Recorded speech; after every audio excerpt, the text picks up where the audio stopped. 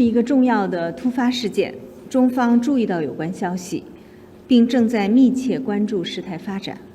我想重申，中国一贯主张国际刑事法院应严格遵循补充性管辖原则，依法审慎行使职权，避免政治化和双重标准。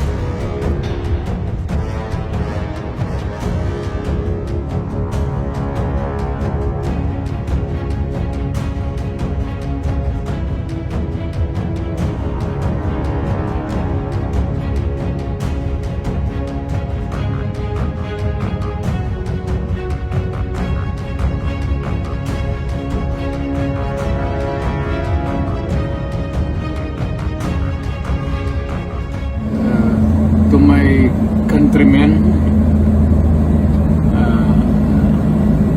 just to give you the current situation. I am about to land sa Hague. Galing ako Dubai, stopover for it's a long haul, it's a long flight. Okay ako, do not worry. And I think this is something to do with the law and order noon. At sinasabi ko naman sa mga pulis at military na trabaho kayo at ako ang managot. So ito na nga, for all of the whatever happened in the past, ako na yung nag-front sa ating law enforcement at military. Sinabi ko na I will protect you and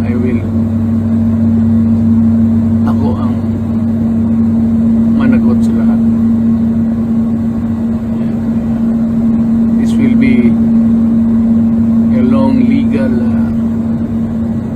proceedings, but I say to you,